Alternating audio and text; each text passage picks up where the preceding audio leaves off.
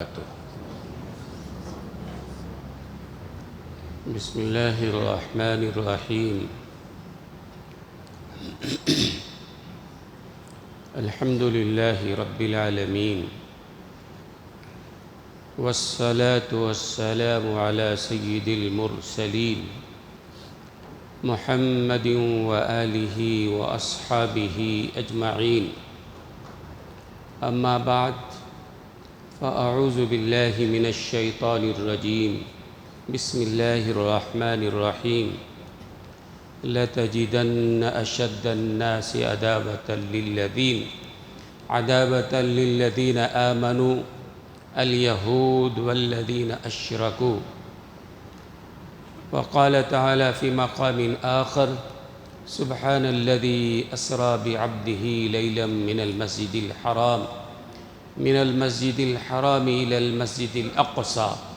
الذي باركنا حوله لنريه من آياتنا إنه هو السميع البصير. صدق الله العلي العظيم وصدق رسوله النبي الكريم، ونحن على ذلك من الشاهدين والشاكرين، والحمد لله رب العالمين. رب اشرح لي صدري ويسر لي أمري واحلل عقدة من لساني يفقهوا قولي. سبحانك لا علم لنا إلا ما علمتنا إنك أنت العليم الحكيم. اللهم رب زدني علما، اللهم إنا نسألك علما نافعا، اللهم جنبنا الفواحش والمعاصي والخطايا والزلل ما ظهر منها وما بطن. محترم حضرات، آپ حضرات کے علم میں یہ بات ہوگی کہ فلسطین اور اسرائیل کی جو جنگ چل رہی ہے، آپ حضرات اچھی طرح واقف ہوں گے، اور ایک مسلمان ہونے کے ناطے ہماری کیا ذمہ داری ہے، اور بیت المقدس، فلسطین، مسجد اقصیٰ ہمارے لیے کیوں اتنا اہم ہے؟ دوستو اور بزرگوں، سب سے پہلی بات، ایک مسلمان ہونے کے ناطے فلسطین میں جو مسلمان آباد ہیں وہ آج سے آباد نہیں ہیں، وہ حضرت ابراہیم علیہ السلام کے زمانے سے ہیں، اور حضرت ابراہیم علیہ السلام کے نسل سے ہیں۔ انبیاء کرام علیہم السلام کی وہ سرزمین ہے، اور بے شمار انبیاء کرام علیہم السلام فلسطین میں، شام میں، اس علاقے میں تشریف لائے ہیں، اور بے شمار انبیاء کرام علیہم السلام کا مسکن تھا، اب ان کا مدفن ہے۔ حضرت ابراہیم علیہ السلام وہیں فلسطین میں ہی خلیل نامی ایک شہر ہے، وہیں ان کا مزار آج بھی ہے، اور بہت سارے انبیاء کرام علیہم السلام، حضرت یعقوب علیہ السلام، حضرت صالح علیہ السلام، حضرت یحییٰ علیہ السلام، اور بہت سارے انبیاء کرام۔ بنی اسرائیل کی آخری دور میں،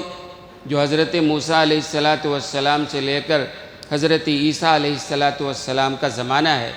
بنی اسرائیل کا دور، بنی اسرائیل تو حضرت یعقوب علیہ السلام، بلکہ اور پیچھے آپ جائیں، حضرت ابراہیم علیہ السلام کو اللہ تعالیٰ نے دو اولاد عطا فرمائی، ایک حضرت اسحاق علیہ السلام اور ایک حضرت اسماعیل علیہ السلام۔ حضرت اسماعیل علیہ السلام کو حضرت ابراہیم علیہ السلام نے اللہ کے حکم سے کعبۃ اللہ کے پاس وہاں انہوں نے آباد کیا۔ اللہ کا حکم آیا، وادی غیر ذی زرع میں لے جا کر کے آباد کر دو۔ حضرت اسماعیل علیہ السلام سے مکۃ المکرمہ آباد ہوا۔ کعبۃ اللہ پہلے تعمیر تھا اور اس کے نشانات مٹ گئے تھے، دوبارہ حضرت ابراہیم، حضرت اسماعیل علیہ السلام نے تعمیر کیا، اور اپنے دوسرے صاحبزادے حضرت اسحاق علیہ السلام کو حضرت ابراہیم علیہ السلام نے شام کے علاقے میں، فلسطین کے علاقے میں، یہ سارے علاقے ملے ہوئے ہیں، شام کا علاقہ، فلسطین کا علاقہ، حضرت ابراہیم علیہ السلام نے اپنے دوسرے صاحبزادے کو وہاں بسایا، اور حضرت اسحاق علیہ السلام کے صاحبزادے حضرت یعقوب علیہ السلام ہیں، اور حضرت یعقوب علیہ السلام کا دوسرا نام ہے اسرائیل، لہذا ان سے جو نسل چلی ہے اسی نسل کو بنی اسرائیل کہا جاتا ہے۔ حضرت یعقوب علیہ السلام کے نسل میں یعنی بنی اسرائیل میں بے شمار پیغمبر آئے، اور میں کہہ رہا تھا آخری دور میں، ورنہ اس کے پہلے حضرت داؤد علیہ السلام بنی اسرائیل کے پیغمبر ہیں، وہیں ان کا پایہ تخت فلسطین تھا۔ حضرت سلیمان علیہ السلام حضرت داؤد علیہ السلام کے صاحبزادے ہیں، ان کا پایہ تخت بھی وہی فلسطین تھا، شام تھا۔ پھر اس کے بعد اور انبیاء کرام، یہ 4 انبیاء کرام علیہ السلام ایسے آئے ہیں جن کو اللہ تبارک و تعالی نے نبوت بھی عطا فرمائی تھی اور سلطنت بھی عطا فرمائی تھی۔ ایک تو حضرت داؤد علیہ السلام ہیں، اللہ نے نبوت بھی عطا فرمائی تھی اور اللہ نے سلطنت بھی عطا فرمائی تھی۔ پھر ان کے بعد ان کے صاحبزادے حضرت سلیمان علیہ السلام 13 سال کی عمر میں سلطنت سنبھالا انہوں نے، اللہ نے ان کو بھی حکومت بھی عطا فرمائی، نبوت اور رسالت بھی اللہ نے عطا فرمائی۔ اور پھر اس کے بعد حضرت یوسف علیہ السلام ہیں، اللہ نے ان کو نبوت بھی عطا کیا اور اللہ نے سلطنت بھی، مصر کے وہ حاکم بادشاہ بنے۔ اور چوتھے امام الانبیاء جناب محمد الرسول اللہ صلی اللہ علیہ وسلم ہیں، اللہ نے ان کو رسالت بھی عطا فرمایا اور حکومت و سلطنت بھی اللہ تبارک و تعالی نے عطا فرمایا۔ محترم حضرات، تو یہ بیت المقدس کی بات، پہلی بات تو میں یہ عرض کروں ہمارے لیے کیوں اتنا اہم مسئلہ ہے۔ بہت سارے لوگ کہتے ہیں یہ کہاں کا مسئلہ ہے، یہاں کیا ضرورت ہے، ہم کیوں دعا کریں، ہم کیوں اس پر بات کریں۔ سب سے پہلی بات تو آپ یہ سمجھیں، جو ایسا کہتا ہے وہ جاہل ہے، وہ نادان ہے، ناواقف ہے۔ امام الانبیاء جناب محمد الرسول اللہ صلی اللہ علیہ وسلم نے ارشاد فرمایا کہ مسلمان جو ہے نا، کلمہ پڑھنے والا مسلمان جو ہے، ساری دنیا کا مسلمان جسد واحد کی طرح، کہ جسد واحد، دنیا میں مسلمان کہیں بھی آباد ہو، وہ فلسطین میں ہو، وہ شام میں ہو، سعودیہ میں ہو،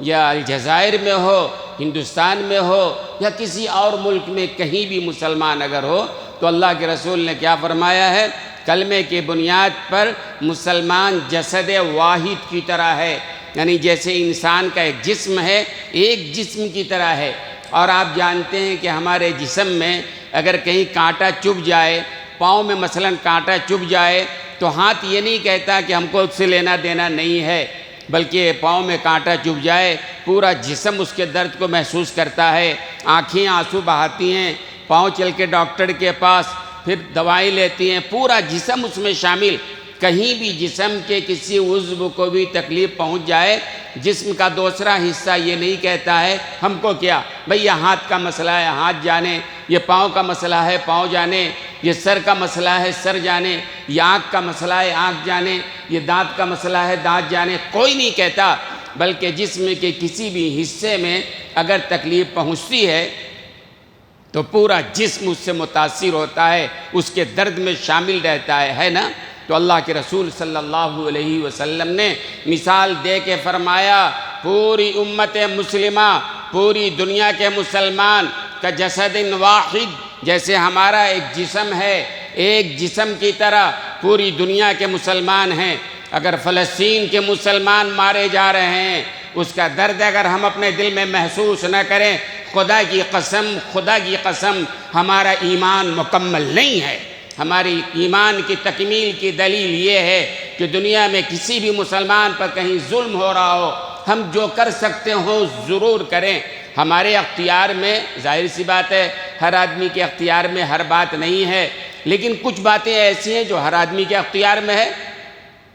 تو پوری دنیا کے مسلمان جسد واحد کی طرح ہے۔ آج جو فلسطینیوں پر ظلم ڈھایا جا رہا ہے، یہ بڑی بڑی طاقتیں یہ بمبار جہاز لے کر فلسطینیوں کے پاس نہ تو ایئرپورٹ ہے، نہ ان کے پاس ہوائی جہاز ہے، نہ ان کے پاس کوئی بمبار طیارہ ہے، وہ چھوٹے موٹے میزائل سے حملہ کیا انہوں نے، اور اس کے بعد یہ پوری دنیا کی بڑی طاقتیں آ گئیں، اور اسرائیل خود ایٹمی طاقت ہے اور بڑے بڑے میزائل اس کے پاس ہیں، اور رات دن لگاتار ہزاروں بم وہاں غزہ کے اوپر، فلسطین کے اوپر، چھوٹے سے علاقے میں 20-22 لاکھ مسلمان آباد ہیں جو فلسطینی، یہ انبیاء کرام کی اولاد ہیں، ان کے اوپر مسلسل بمباری کی جا رہی ہے، نہتوں پر ظلم کیا جا رہا ہے، بچے بے شمار شہید ہو رہے ہیں، عورتیں شہید ہو رہی ہیں، معذور اور بوڑھے جو ہے وہ مارے جا رہے ہیں،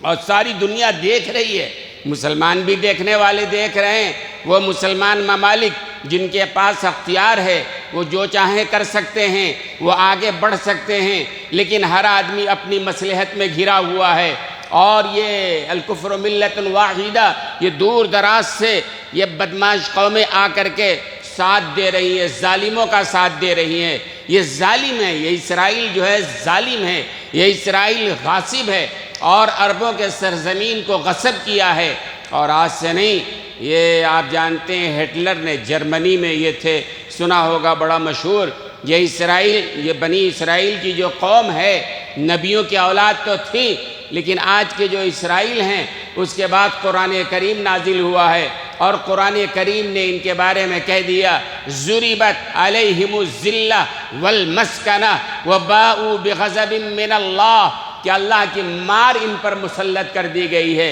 یہ دنیا میں جہاں بھی رہیں گے مار کھاتے رہیں گے، یہ جہاں بھی رہیں گے ذلت و مسکنت کے ساتھ رہیں گے۔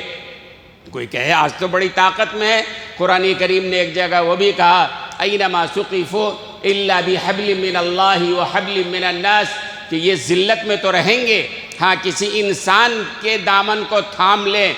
کسی انسان کے دامن کو تھام لے، امریکہ کے دامن کو تھام رکھا ہے، برطانیہ کے دامن کو تھام رکھا ہے، برطانیہ نے جبراً وہاں یہ فلسطینی ان کو یہودیوں کو بسایا ہے، ہٹلر نے سارے یہودیوں کو ختم کر دیا تھا، تھوڑے یہودیوں کو اس نے چھوڑا تھا زندہ، جو آ کر یہاں فلسطین کی سرزمین پہ آباد ہو گئے تھے۔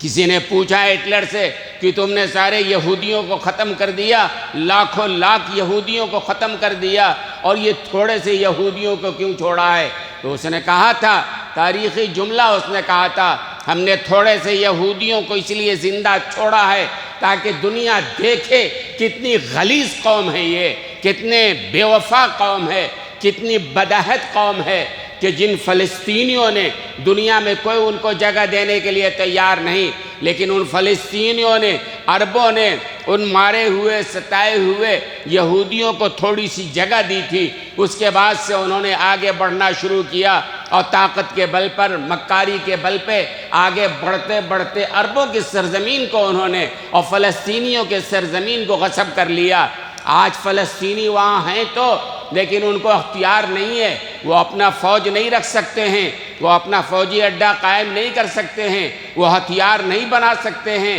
دوسرے ملکوں سے لے کے وہ فوجی طاقت یا ہتھیار کا کام نہیں کر سکتے ہیں، یعنی سب کچھ اس کے اوپر منحصر ہے، اس لیے مسلسل فلسطینیوں پر ظلم ہے۔ اور کسی کہنے والے نے صحیح کہا ہے، اگر یہ فلسطینی مزاحمت کرنے والی قوم نہ ہوتی، اگر ہتھیار ڈالنے والی قوم ہوتی، کب کے کب وہاں کے مظالم سے ڈر کے وہ دنیا میں چلے جاتے، بھئی کہیں اور جی لیں گے ہم، اور ایسی جگہ میں رہنا۔ حضرت مولانا نے فرمایا کہ ان پر مسلسل ظلم ہو رہا ہے۔ کس طرح ظلم ہو رہا ہے؟ ہمارے ہاں بھی اندازہ ہوگا نا کہ کس طرح کا ظلم ہوتا ہے۔ فرماتے ہیں کہ چند یہودی غنڈے یا 2 4 5 یہودی پولیس کسی بھی فلسطینی کے گھر پہ جاتے ہیں، دستک دیتے ہیں، وہ نکلتا ہے، اور وہ غنڈے، چند یہودی غنڈے کہتے ہیں ان فلسطینیوں سے چلو گھر خالی کرو، ہم کو یہاں رہنا ہے، اب تمہارا گھر نہیں ہے۔ وہ اگر احتجاج کرتے ہیں، نتیجہ کیا ہوتا ہے؟ ان کا گھر کو مسمار کر دیا جاتا ہے، ان کو جیلوں میں ڈال دیا جاتا ہے، 20-25 سال جیلوں میں سڑایا جاتا ہے۔ دنیا کے دوسرے علاقوں میں بھی دیکھیں گے نا، اسرائیل نے سب کو سکھایا ہے کہ تھوڑا سا کچھ ہو ان کے گھروں کو جو ہے تہس نہس کر دیا جائے، جیلوں میں ڈال دیا جائے، تو اسرائیل یہ کام کرتا ہے، فلسطینیوں کا گھر ہے ان پر ظلم ڈھایا جا رہا ہے، صاف صاف وہ آتے ہیں کہتے ہیں گھر خالی کرو، اگر مزاحمت کرتے ہیں تو گولی مار دی جاتی ہے یا ان کو جیلوں میں ڈال دیا جاتا ہے، مسجد اقصیٰ کے اندر نماز پڑھنے سے روکا جاتا ہے۔ تو دوستو اور بزرگوں، ایک مسلمان ہونے کے ناطے حضور اکرم صلی اللہ علیہ وسلم کی ارشاد کی روشنی میں ہمارے لیے لازم ہے کہ ہم اپنے ان بھائیوں کے درد کو محسوس کریں، ہم ان کے لیے اور اگر کچھ نہیں کر سکتے ہیں کم سے کم دعا تو ہم کر سکتے ہیں، اور دعا بھی اگر خلوص کے ساتھ کی جائے اور جو طریقہ ہے مانگنے کا مانگا جائے تو اس دعا میں بھی بہت بڑی طاقت ہے۔ آدمی اگر خلوص کے ساتھ یہ کام کرتا ہے، اور وہ دعا جو قنوت نازلہ پڑھی جا رہی اللہ اکبر اللہ اکبر، نبی کی تعلیم ہے، نبی ہی ایسی دعا سکھا سکتا ہے، غیر نبی ایسی دعا بنا ہی نہیں سکتا ہے۔ اللہم اہدنا فیمن ہدیت وعافنا فیمن عافیت تولنا فیمن تولیت بارک لنا فیما اعطیت وقنا شر ما قضیت فإنك تقضي ولا يقضى عليك إنه لا يذل من واليت ولا يعز من عاديت تباركت ربنا وتعاليت نستغفرك ونتوب إليك وصلى الله على النبي الكريم اللهم اغفر لنا وللمؤمنين والمؤمنات آمین بھی کہتے جائیں، اللهم اغفر لنا وللمؤمنين والمؤمنات والمسلمين والمسلمات وألف بين قلوبهم واصلح ذات بينهم وانصرهم على عدوك وعدوهم اللهم انصر الإسلام والمسلمين اللهم انصر الإسلام والمسلمين اللهم انصر الإسلام والمسلمين اللهم انصر إخواننا في فلسطين اللهم انصر الإسلام والمسلمين واخذل أعداءهم اليهود والنصارى والمشركين واخذل أعداءهم اليهود والنصارى والمشركين اللهم شتت شملهم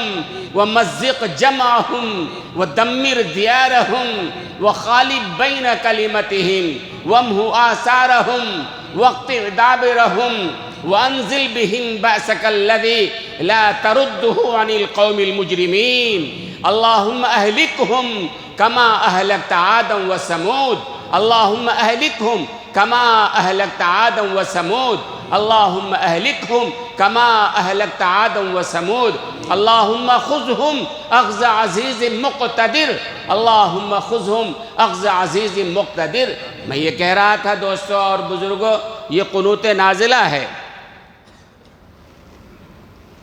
جو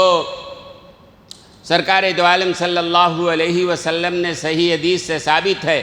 جب عمومی طور پر مسلمانوں پر ظلم و ستم ڈھایا جائے، جب مسلمانوں کے ساتھ قتل و قتال کا مسئلہ پیش آئے، تو حضور اکرم صلی اللہ علیہ وسلم نے ایسے موقع پر نماز فجر کے اندر دوسری رکعت میں رکوع کے بعد کھڑے ہوئے ہاتھ چھوڑ کر یہ دعا امام پڑھے، پیچھے مصلی آمین کہتے رہیں۔ یہ دعا بڑی جامع دعا ہے، میں یہ عرض کر رہا تھا، بڑی جامع دعا ہے، اور میں نے کہا یہ نبی ہی ایسی دعا بتا سکتا ہے اور نبی ہی ایسی دعا کی تعلیم کر سکتا ہے، غیر نبی ایسی دعا نہیں بنا سکتا ہے۔ بہترین جامع دعا ہے، ہر آدمی کو یاد کرنا چاہیے۔ قنوت نازلہ میں تو ٹھیک ہے پڑھیے، اس سے ہٹ کے بھی آدمی دعاؤں میں بھی یہ دعا کر سکتا ہے، بہترین جامع دعا ہے۔ میں نے کہا تھا 5 وقت کی نماز کے بعد بھی دعا کی قبولیت کی گھڑی ہے، اس وقت بھی آپ پڑھیں۔ اور آج ہمارے لیے خاص طور سے یہ اعلان کیا گیا امیر شریعت دامت برکاتہم کی طرف سے کہ، اور بلکہ میں سمجھتا ہوں کہ پورے عالم اسلام میں آج یہ ہفتے کی صبح سے شروع ہوا ہے حماس والوں سے، اور آج پہلا جمعہ ہے اس کے بعد، میں سمجھتا ہوں پوری دنیا میں آج مسجدوں میں فلسطینیوں کے لیے اور بیت المقدس کے لیے، مسجد اقصیٰ کی حفاظت کے لیے، وہاں کی مجاہدین کے لیے، وہاں کے شہداء کے لیے، وہاں کے زخمیوں کے لیے اور وہاں کے حالات کے لیے ساری دنیا میں مسجدوں میں دعائیں کی جا رہی ہیں۔ قنوت نازلہ پڑھا جا رہا ہے، قنوت نازلہ بھی پڑھیں، دعا بھی کریں، ہمارے ہاں بھی آج دعا ہوگی۔ سوال ہے دعا تو ابھی بھی میں نے پڑھا ہے، دعا کب کی جائے؟ اگر نماز سے پہلے ہم دعا کر دیں، بڑا طبقہ ہے جو آتا ہے بالکل اخیر میں، اور اگر نماز کے بعد سنتوں کے بعد تو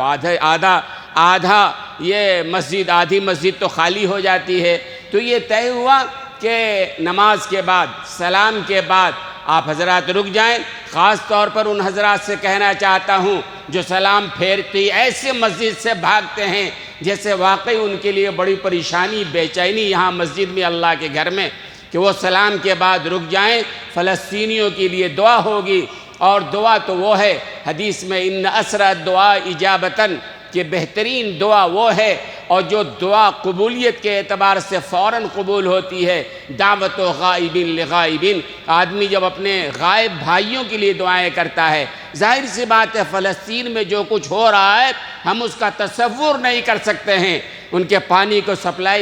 سپلائی کو ختم کر دیا گیا، ان کے کھانے پانی کے راستے کو، رسد کو بند کر دیا گیا ہے، بجلی بھی ختم ہونے والی ہے، اور مسلسل سینکڑوں طیارے وہ بمباری کر رہے ہیں چھوٹے سے علاقے پہ۔ ان پر کیا گزر رہی ہوگی اس کا بیان کرنا بھی مشکل ہے، آپ تصور بھی نہیں کر سکتے ہیں کس کرب کے ساتھ وہ گزر رہے ہیں۔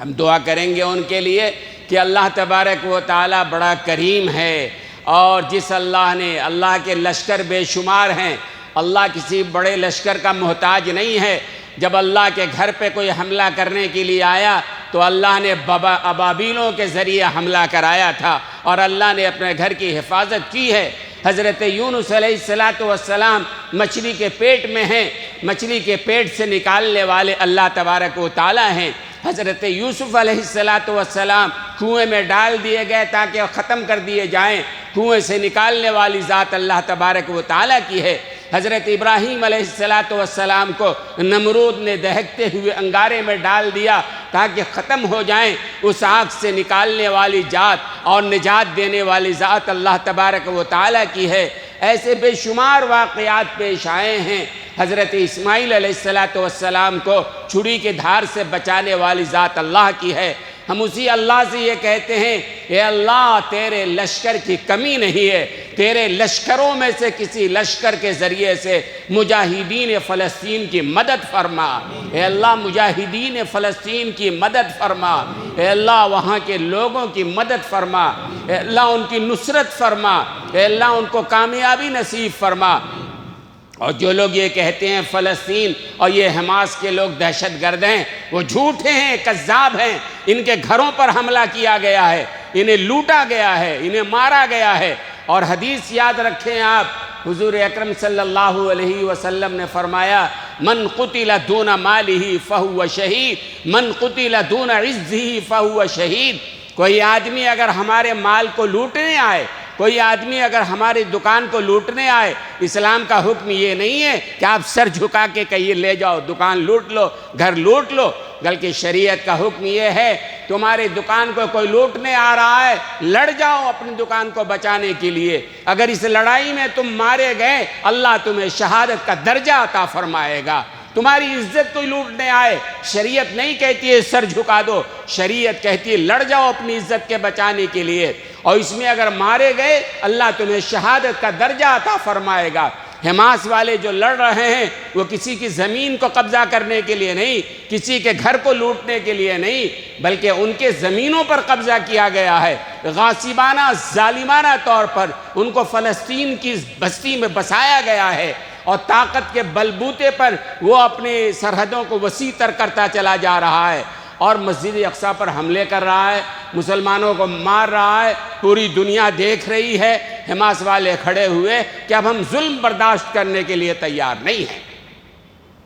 اور سچی بات یہ ہے کہ جب تک ہم ظلم برداشت کرتے رہیں گے دنیا مارتی رہے گی۔ اسلام کی تعلیم نہیں ہے کہ ظلم برداشت کرو، نہیں، جتنی طاقت ہے اپنے وسائل کے ساتھ ہم لڑیں۔ اور جنگ بدر تو آپ نے دیکھا ہے نا، جنگ بدر میں دوسری طرف کافروں کا لشکر جرار تھا، 1000 کا لشکر تھا، ہر طرح کی ہتھیار سے لیس تھا، دوسری طرف صحابہ 313 صحابہ ہیں، ان کے پاس ہتھیار نہیں، ان کے پاس سواری نہیں، ان کے پاس کھانا نہیں، لیکن اللہ نے مدد فرمایا، نکل گئے گھر سے تو اللہ نے مدد کیا، اور اللہ نے ننگی تلواریں دے کر میدان بدر میں ان فرشتوں کو بھیجا تھا صحابہ کی طرف سے لڑنے کے لیے۔ آج بھی فضائے بدر پیدا ہو سکتا ہے، پہلے ہم اپنی ذمہ داری تو ادا کریں، ہم بزدل بن کر اپنے گھروں میں بیٹھ جائیں اور دعا تک کرنے کے لیے تیار نہ ہو، ان کا نام تک لینے کے لیے تیار نہ ہو۔ فلسطین والے جو ہے یہ دہشت گرد نہیں ہیں، حماس والے دہشت گرد نہیں ہیں، بلکہ یہ اپنے حق کے لیے لڑائی کر رہے ہیں۔ وہ ظالم تو وہ غاصب تو اسرائیل ہے، وہ جرمن کہیں سے آ کر تھوڑی سی جگہ دے دی گئی اور بستے بستے، اور ان کی کوشش آج سے نہیں ہے، بہت پہلے سے یہ، اور یہ بھی اس میں بھی ہمارے لیے بڑی عبرت ہے۔ خلافت عثمانیہ کا نام تو سنا ہوگا نا، بہت سارے لوگ جانتے بھی نہیں ہیں خلافت عثمانیہ کیا ہے۔ یہ ترکی کے ماتحت عالم اسلام کا ایک وفاق تھا خلافت عثمانیہ، اسی خلافت عثمانیہ کے تحت مکہ بھی تھا، اسی خلافت عثمانیہ کے ماتحت ترکی میں خلافت عثمانیہ قائم تھی، مدینہ بھی تھا، اسی خلافت عثمانیہ کے تحت جو ہے یہ فلسطین بھی تھا۔ بہت سارے جہاں جہاں مسلمان تھے خلافت عثمانیہ سے جڑے ہوئے تھے، اور جب تک خلافت عثمانیہ قائم تھا کسی کی ہمت نہیں ہو سکی ہماری طرف نظر کرنے کی۔ فلسطین پر خلافت عثمانیہ کا قبضہ تھا اور وہی اس کے مالک تھے۔ ایک زمانے تک سلطان عبدالحمید جو ترکی کے وہاں کے وزیر تھے، وہاں کے بڑے تھے، لہذا ان یہودیوں نے اور ایک وفد بنا کر سلطان عبدالحمید کے پاس گئے تھے اس زمانے میں، تو جا کر کے ان سے کہا سلطان عبدالحمید سے یہودیوں کے وفد نے کہ ہمارے لیے یہاں فلسطین میں تھوڑی سی جگہ عطا فرما دی جائے۔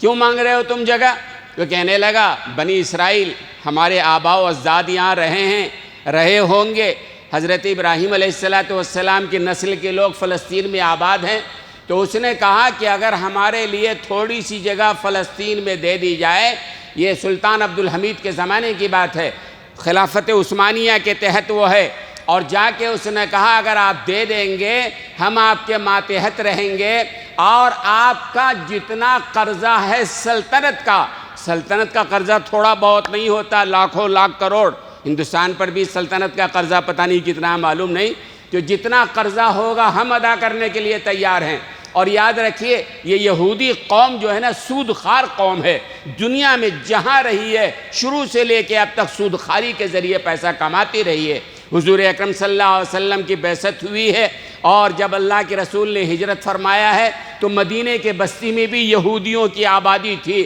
اور یہی سود خواری کا کام کرتے تھے، اور مسلمان ان سے سود لیتے تھے اور سود کے پنجے میں جکڑے ہوئے تھے۔ جب آئے اللہ کے رسول نے منع فرمایا کہ اب سودی کاروبار حرام کیا جاتا ہے، ان کی تو دنیا لٹ گئی تھی، اب سود لے گا کون؟ تو یہ سود خوار قوم ہے، اور یہ سودی کاروبار کرنے والے بڑے بڑے دولت مند سلطان عبدالحمید سے کہا کہ فلسطین میں اگر جگہ دے دی جائے ہم آپ کے ماتحت بھی رہیں گے، اور سلطنت کا جتنا قرضہ ہے ہم ادا کرنے کے لیے تیار ہیں۔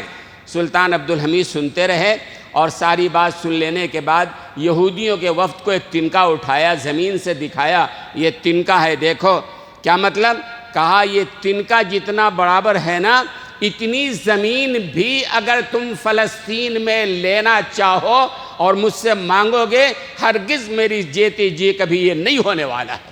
مایوس کا نہیں، تم کو نہیں ملنا ہے۔ یہودیوں کی فطرت ہے، بڑی مکار قوم ہے، وہ اپنے محسنوں کے ساتھ دغا کرتی ہے، کہتے ہیں نا جس پلیٹ میں کھانا اسی میں سراغ کرنا، یہ ایسی قوم۔ لہذا سلطان عبدالحمید نے انکار کر دیا، میڈیا قبضے میں تھا یہودیوں کے، ان کے خلاف پروپیگنڈا شروع کیا، اور پھر 1909 میں جو ہے سلطان عبدالحمید کا انتقال بھی ہو گیا۔ گویا اس دن سے ان کے لیے بہتری کا زمانہ شروع ہوا، اور آتے آتے 1948 میں فلسطین میں ان کو جگہ دے دی گئی رہنے کے لیے۔ پھر آہستہ بڑھتے بڑھتے 1967 میں جنگ کر کے سرحدوں کو اور پھیلا لیا انہوں نے، ایک تاریخ ہے کس مکاری کے ساتھ، عیاری کے ساتھ فلسطین عربوں کی سرزمین کو غصب کیا انہوں نے۔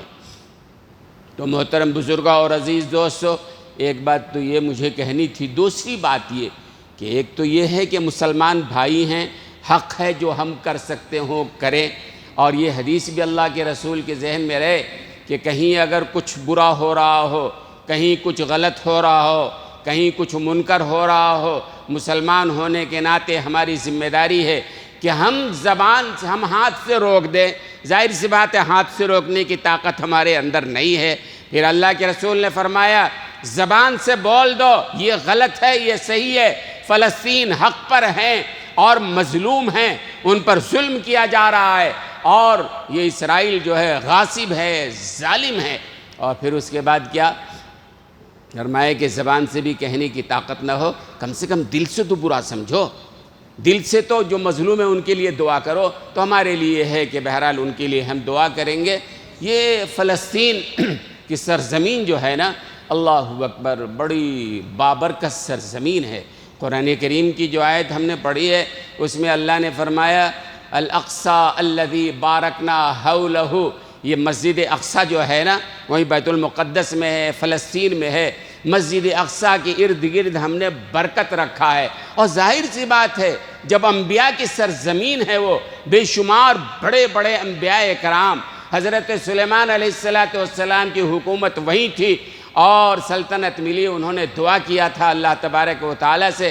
اور بیت المقدس کی تعمیر حضرت سلیمان علیہ السلام نے جناتوں سے کرایا تھا۔ یہ قرآن کریم کے اندر موجود ہے کہ حضرت سلیمان علیہ السلام کو اللہ نے ایسی سلطنت عطا فرمائی تھی۔ قال رب اغفر لی وہب لی ملکا لا ينبغی لأحد من بعدی انک انت الوہاب۔ حضرت سلیمان علیہ السلام نے دعا کیا تھا، اے اللہ ایسی سلطنت عطا فرما کہ میرے بعد کسی کو ایسی سلطنت نہ ملے۔ اللہ نے عطا فرما دیا۔ حضرت سلیمان علیہ السلام کی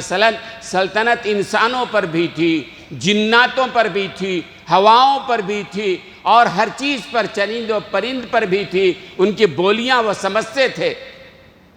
حضرت سلیمان علیہ السلام نے جناتوں کے ذریعے بیت المقدس کی تعمیر کروایا تھا۔ وہیں بیت المقدس حضرت داؤد علیہ السلام انبیاء کی سرزمین ہے، اور حضرت عیسیٰ علیہ السلام، یہ بیت المقدس فلسطین کا جو علاقہ ہے نا، قرآن کریم نے بابرکت کہا الذی بارکنا حولہ، اور قرآن نے دوسری مقام پہ کہا یا قوم ادخلوا الارض المقدسۃ التی کتب اللہ لکم۔ اس سے بھی مراد ملک شام ہے، اور وہاں 15ویں پارے میں جو میں نے تذکرہ کیا اس سے بھی مراد مسجد اقصی ہے۔ قرآن کریم میں 5 جگہ تذکرہ آیا ہے، ارض مقدس کا تذکرہ آیا ہے، وہ زمین جس میں اللہ نے برکت رکھا ہے۔ ہم کو آپ کو شاید پتہ نہ ہو پورے طور پر، لیکن اسرائیلیوں کو پتہ ہے، یہودیوں کو پتہ ہے، کیونکہ یہودی قرآن کو نہیں مانتے ہیں مگر قرآن پر ریسرچ کرتے ضرور ہیں۔ وہ قرآن کے ادارے قائم کر رکھے ہیں، قرآن کیا کہتا ہے۔ قرآن نے جن 5 جگہوں کے بارے میں کہا کہ ہم نے وہاں برکت رکھا ہے، وہ 5 جگہ وہی ہیں جہاں آج وہ قابض ہیں۔ فلسطین کا علاقہ ہے، شام کا علاقہ ہے،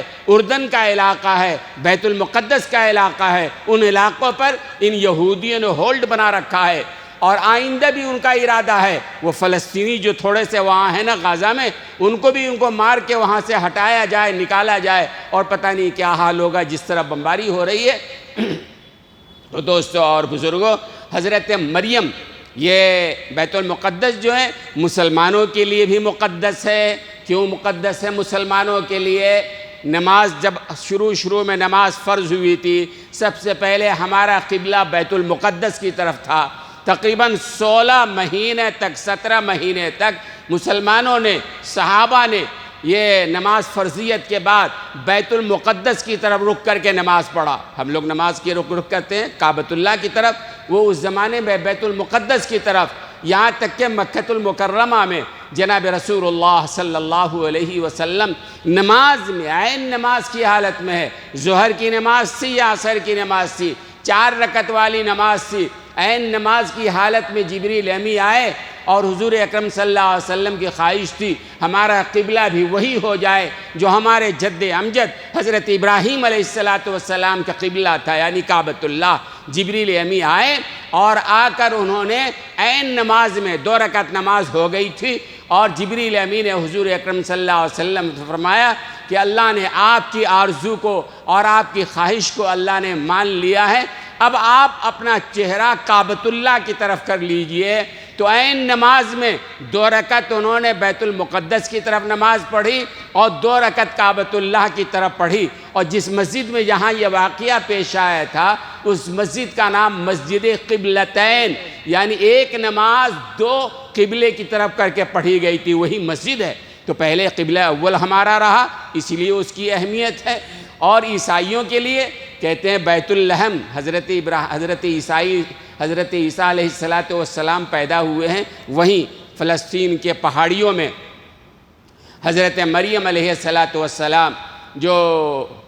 غیر شادی شدہ تھیں، اور اللہ کے حکم سے حضرت مریم کے بطن میں حضرت عیسیٰ، ایک معجزہ تھا، یہ کسی مرد سے تعلق نہیں، شادی نہیں ہے، اللہ نے اپنے حکم سے حضرت مریم کے بطن میں حضرت عیسیٰ علیہ السلام آئے ہیں، اور پھر ان کا تولد جو ہوا ہے بیت اللحم میں، وہی بیت المقدس کے علاقے میں۔ تو کہتے ہیں ہمارے نبی پیدا ہوئے، اس لیے ہمارے لیے بڑی اہمیت کی چیز ہے۔ یہودی کہتے ہیں ہمارے آباء و اجداد بنی اسرائیل، جس پر اسرائیل رکھا ہے، ہمارے آباء و اجداد حضرت یعقوب اور پھر ان کے بعد کے جو لوگ ہیں یہیں کے رہنے والے تھے، اور دیوار گریہ وہی ہیں، اس لیے کہتے ہیں اہمیت ہے۔ لیکن ہم مسلمانوں کا فلسطین کی بات اگر کریں گے آپ تو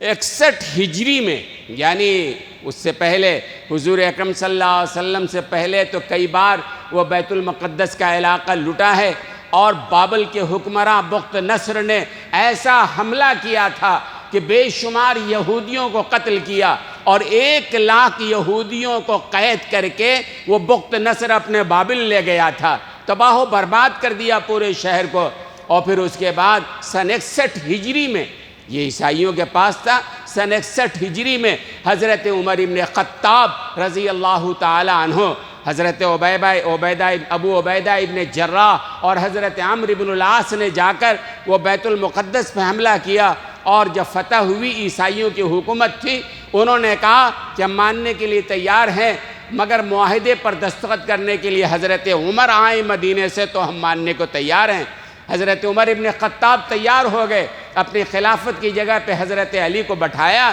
اور حضرت عمر ابن خطاب وہاں سے چلے ہیں۔ بڑا مشہور واقعہ ہے نا،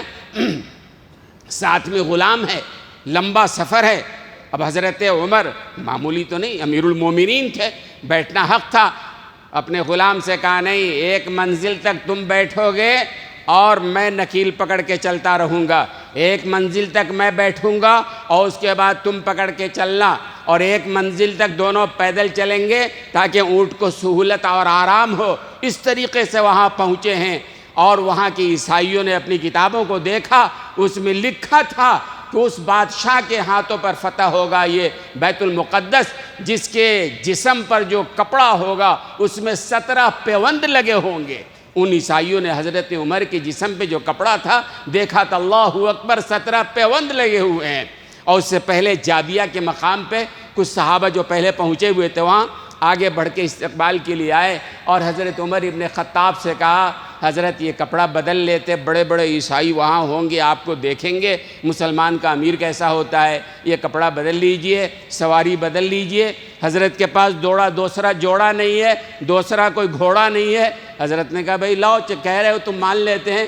ایک گھوڑا لایا گیا مانگے کا، ایک جوڑا لایا گیا وہ کپڑے کا، اور حضرت عمر ابن خطاب مانگے کے کپڑے کو لے کر گھوڑے پہ سوار ہو کے تھوڑی دور آگے چلے ہیں۔ اونگ آئی،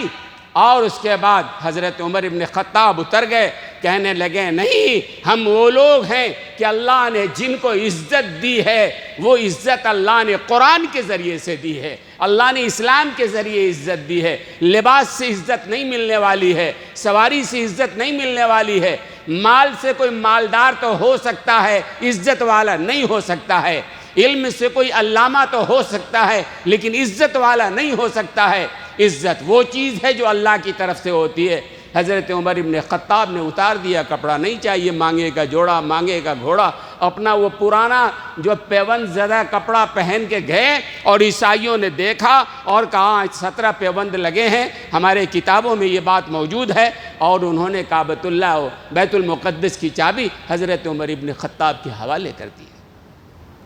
اللہ اکبر۔ سن 61 ہجری سے لے کر 6 صدی ہجری تک مسلمان ہی حکمراں رہے ہوا، اور 6 صدی ہجری میں جب صلیبی جنگ شروع ہوئی ہے، یعنی پوری دنیا کے عیسائی ممالک نے مل کے یکبارگی حملہ کیا بیت المقدس پہ، اور 6 صدی ہجری میں جب حملہ کیا ہے بیت المقدس میں، مورخین نے لکھا ہے کہ وہ عیسائی جو ایسے سفاک، ایسے ظالم کہ بیت المقدس پہ حملہ کیا ہے، تو تقریباً 70,000 مسلمانوں کا انہوں نے خون بہایا ہے۔ کہتے ہیں بیت المقدس کے گلیوں میں اتنا خون بہہ رہا تھا کہ گھٹنے تک خون ہی خون نظر آ رہا تھا۔ لیکن تھوڑے دنوں کے بعد اللہ نے اس بطل جلیل کو، سلطان صلاح الدین ایوبی کو، جو مصر کا حاکم بنا، سلطان صلاح الدین ایوبی نے چند سالوں کے بعد ہی وہ بیت المقدس پہ 1186 میں دوبارہ اس نے قبضہ حاصل کر لیا۔ تو مسلمانوں کے زیر نگی رہا ہے، ابھی بھی مسلمانوں کے ماتحتی تھا۔ وہ 48 میں فلسطین کی تھوڑی سی زمین دے دی ان ظالموں نے، بڑے بڑے حکمرانوں نے۔ بہرحال بات لمبی ہو جائے گی، وقت بھی ہو گیا ہے۔ میں تاریخ آپ کے سامنے عرض کر رہا تھا کہ یہ غاصب قوم، یہ ظالم قوم، اور مسلمانوں پر بڑا ظلم ہو رہا ہے، اور فلسطین کے مسلمان مظلوم ہیں، واقعی اس قابل ہیں ان کو سلام پیش کیا جائے، ان کے لیے دعائیں کی جائیں، ان کی استقامت کو سلام ہے کہ ایسی زمین پر جب آدمی لرز کے وہاں سے چلا جائے، وہاں کی تصویریں جو آتی ہیں، تصویر دیکھنے کی ہمت ہمارے اندر نہیں ہو پا رہی ہے۔ وہ بیچارے ایسے حالات میں وہاں کس طرح رہ رہے ہیں، مقابلہ کر رہے ہیں۔ کوئی اور قوم ہوتی مسلمانوں کے علاوہ، کب کا اس کا نام صفحہ ہستی سے مٹ گیا ہوتا۔ یہ مسلمان ہیں اور یہ انبیاء کی اولاد ہیں، اور اس کی وجہ سے بہرحال انہیں ستایا جا رہا ہے، لیکن جمے ہوئے ہیں۔ اور یاد رکھیے جس دن یہ فلسطین ختم ہوا، اس کے بعد عربوں کی باری آئے گی، پھر آگے عرب کا سرحد ہے، پھر ان کی باری آنے والی ہے۔ اور ڈاکٹر اسرار احمد صاحب کی تقریر جن لوگوں نے سنی ہوگی،